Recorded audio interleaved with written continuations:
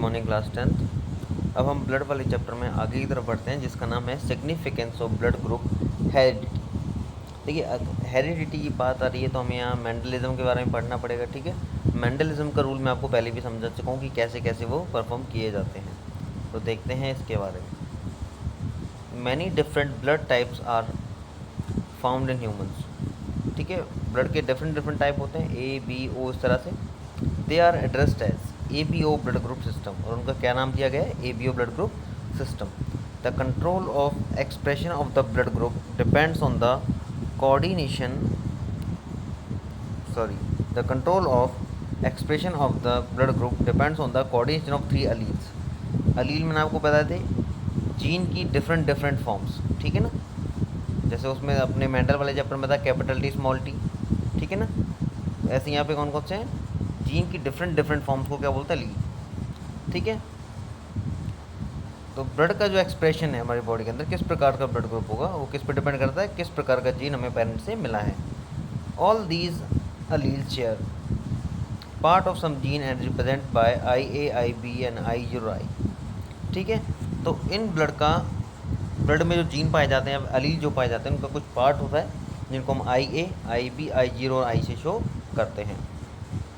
The antigen A and antigen B found on the surface of the RBD corpuscles are produce by allele IA और IB respectively. देखिए, जब RB की ऊपर antigen ए और B पाए जाते हैं तो उनके जीन के नाम क्या हो जाते हैं, आई ए और आई बी। ठीक है, the I0 and I alleles are recessive and are not involve in the production of blood antigen. यानी कि जो I0 हैं या फिर स्मॉल आई है वो रिसेसिव हैं, वो डोमिनेंट नहीं होती, यानी कि इनका प्रभाव F1 जनरेशन में देखने को नहीं मिलता। ठीक है, तो वो किसी भी प्रोडक्शन में इन्वॉल्व नहीं होते। ठीक है, आगे the expression of blood group is in a person is dependent on the interaction between two alleles। देखिए, ब्लड ग्रुप जो होता है पर्सन का वो डिपेंड करता है कि किस प्रकार के जो अलील्स आपस में मिक्स हुए, किस प्रकार के जीन्स आपस में मिक्स हुए हैं। ठीक है, हमने इसके बारे में मेंडल का जो फर्स्ट लॉ है उसमें मैंने आपको एक क्रॉस बताया था, आप उस वीडियो को देखें, उसको वापस से करके देखें। ठीक है, based on presence of type of alleles 6 gene formats of the form of the blood are found in humans. ठीक है, तो 6 तरह के जीन आपके ब्लड ह्यूमंस में पाए जाते हैं। O blood group is result of homozygous recessive gene interaction. O blood group के होमोजाइगस। ठीक है, यहाँ पे क्या होता है, यहाँ पे जो जीन है वो एकदम डिफरेंट है बाकी पुराने जीन से। ठीक है, तो यहाँ पे कुछ these genes how Mendel inheritance, ये जीन्स क्या करते हैं, मेंडल की इनहेरिटेंस को फॉलो करते हैं। देखिए, अगर किसी का ब्लड ए है तो उसका जो जीनोटाइप क्या होगा, आई ए आई ए, फिर आई ए आई। अगर किसी का ब्लड ग्रुप बी है तो जीनोटाइप क्या होगा, आई बी या फिर आई बी और स्मॉल आई। ए बी में आई ए आई बी और ओ पे स्मॉल आई। एक नंबर का प्रश्न एग्जाम में कई बार पूछ लिया जाता है कि ब्लड ग्रुप बी का जीनोटाइप क्या है, तो आपको ये लिखना पड़ेगा। ओ का क्या है तो आपको ये लिखना पड़ेगा। तो फिर ए बी का क्या है तो आपको ये लिखना पड़ेगा। ठीक, इसको याद कर लें इस टेबल को। और ये मैं आपको बता रहा हूँ कि इसमें एक नंबर का कई बार एग्जाम में आता है। आप पुराने पेपर उठा करके देखेंगे, अब डेस्क वर्क उठा करके देखेंगे तो आपको एक क्वेश्चन इसमें से मिल जाएगा ज़रूर। आगे देखें, there are many applications of blood group inheritance. It is mostly use to solve the paternal disputes in carrying out successful blood transfusion, in the treatment of neonatal blood haemolysis and hereditary disorder like haemophilia. देखिए, जो blood का जो ये genotype है, जो हमें blood का जो जीनोटाइप पता लग चुका है, यानी कि जो ब्लड की जो इनहेरिटेंस है, बहुत सारी चीज़ें हम इसमें क्या करते हैं, पता कर सकते हैं। बहुत सारे डिस्प्यूट्स हैं, पैटर्नल डिस्प्यूट्स, यानी कि किसी हॉस्पिटल में बहुत सारे बच्चे पैदा होते हैं एक साथ, तो कोई पेरेंट कहे हमारा बच्चा है, तो पेरेंट के ब्लड का जीनोटाइप आपस में क्रॉस करवा के देखेंगे कि किस तरह का ब्लड का वजन से हो सकता है। ठीक है, उनसे जो रिजल्ट प्राप्त होगा उस रिजल्ट को बच्चे के ब्लड से मैच किया जाएगा, और जिस पेरेंट का मैच हो गया उसका वो बच्चा हो जाएगा। ठीक है, इन the treatment of neonatal blood haemolysis, यानी कि एक नियोनेटल ब्लड हेमोलिसिस में क्या होता है, छोटे बच्चे के अंदर जब ब्लड की कमी हो, है ना, ब्लड खत्म होने, हेमोग्लोबिन की कमी हो जाती है, तब हेरिडिटी डिसऑर्डर लाइक हेमोफीलिया क्या होती है, एक हेरिडिटी बीमारी है, यानी कि वंशानुगत होने वाली बीमारी, उनमें काम आता है। The use of blood group inheritance. The solution of paternity related disputes can be understood through the following example. यानी कि मैंने आपको जो बताया ना हॉस्पिटल वाला एग्जांपल, उसका देखिए देखिए क्या कंडीशन दी हुई है आपको, कंडीशन पढ़ते हैं. Let's assume that two couples are claiming for a child whose blood group is B. यानी दो कपल हैं, यानी एक पेरेंट नंबर एक है, एक सॉरी पेरेंट नंबर बी है. ठीक है, दो पेरेंट है. ठीक है, वो कह रहे हैं कि ये बच्चा जो सामने है हमारा है और बच्चे का ब्लड ग्रुप क्या है, बी. ठीक है, the male of the one of the couple has O. Male का जो ब्लड ग्रुप है वो ओ है और उसका जीनोटाइप क्या है, स्मॉल आई. और फीमेल का क्या है, ए बी. तो उसका जो ब्लड ग्रुप हो जाएगा, जीन जो अलील पाए जाएंगे आई बी पाए जाएंगे. ठीक है, अब सेकेंड कपल के जो मेल का जो ब्लड है वो है आई ए और आई ए. फीमेल में है आई ए और आई.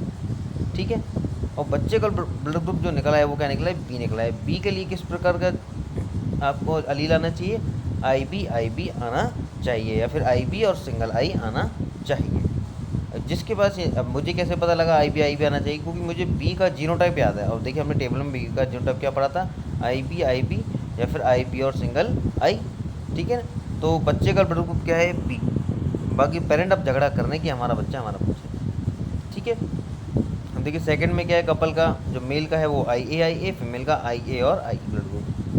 ठीक है, in this condition as per the Mendel's law of inheritance the child can have the following possible blood group. तो क्या हो सकता है, अब मेंडल के लॉ को अगर हम इस पे लगाएं तो चाइल्ड के, तो जो फर्स्ट कपल है और जो सेकंड कपल है उनके ब्लड ग्रुप्स का आपस में जब क्रॉस करवाया जाएगा, ठीक है ना, तो उनसे जो बच्चे पैदा होंगे हमें पता लगा सकते हैं कि कौन सा बच्चा होना चाहिए. देखिए जहाँ पे आई बी आई आ जाएगा ना, वो वाला बच्चा होगा.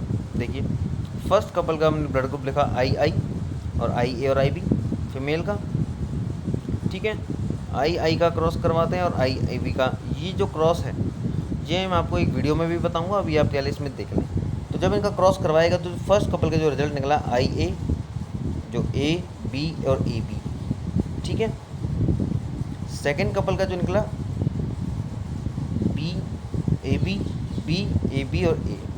ठीक है, देखिए ब्लड ग्रुप बी का वहाँ भी है और ब्लड ग्रुप बी का यहाँ भी है. ठीक है, और केवल जो ब्लड ग्रुप बी है यहाँ पे ऊपर जो दिखा रखा है ये देखिए, उसका जो ब्लड ग्रुप होता है आई बी या फिर आई बी आई. तो देखते हैं ये किस पे मैच हो रहा है जीनोटाइप. देखिए आई बी आ रहा है लेकिन ऊपर कैपिटल आई आ रहा है ना, ये भी मैच नहीं हो रहा. फिर ब्लड ग्रुप आई बी है, स्मॉल आई वहाँ पे आ रहा है, एक मैच हो रहा है. फिर है सेकंड में आई बी और स्मॉल आई आ रहा है. ठीक है, तो आपको यहाँ पे देखने को जो मिल रहा है, जो ब्लड ग्रुप जो देखने को आपको मिल रहा है आई बी और आई. ठीक है, और ये आपको देखिए फर्स्ट कपल का चौथा वाला केस देखें, और इसमें ऐसे ही आप सेकंड कपल का आप सेकंड वाला केस देखें. तो ये जो बच्चा होगा ये सेकंड कपल का होगा. ठीक है, अभी कैसे होगा मैं इसको एक बार आपको बोर्ड पर भी समझाऊंगा. अभी आप इसको मेंडल के लॉ के अकॉर्डिंग ध्यान में रखे रखें. ठीक है, नेक्स्ट वीडियो में इसको आपको बोर्ड पर भी समझाया जाएगा. देखिए अब organ donation and body donation. देखिए ये ऑर्गन डोनेशन और बॉडी डोनेशन पे बहुत बड़ा लेख है जो आप खुद भी पढ़ सकते हैं. किस बारे में, ये थोड़ा क्या है, एक समाज सेवा के बारे में, कि किसी को अगर नीड है तो उसको ऑर्गन डोनेट कर दिया जाए. किसी को कोई भी कॉर्निया की नीड है, किसी को हार्ट की नीड है, किसी को किडनी की नीड है, ठीक है, लंग्स की नीड है, लिवर की नीड है, तो उनको डोनेट कर दिए जाते हैं. ब्लड की नीड है, तो ये उस सब के बारे में है. तो ये एक तरह से आप खुद भी इसको पढ़ सकते हैं. ठीक, एक बार आप इसको पढ़ के देखें, अगर कोई प्रॉब्लम आए, मेरे हिसाब से प्रॉब्लम नहीं आई.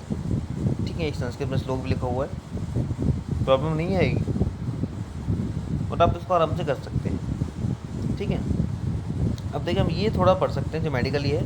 Who can do organ and body donation. Organ और बॉडी डोनेशन कौन कर सकता है. देखिए any person regardless of religion, race और gender can not donate his organ and body.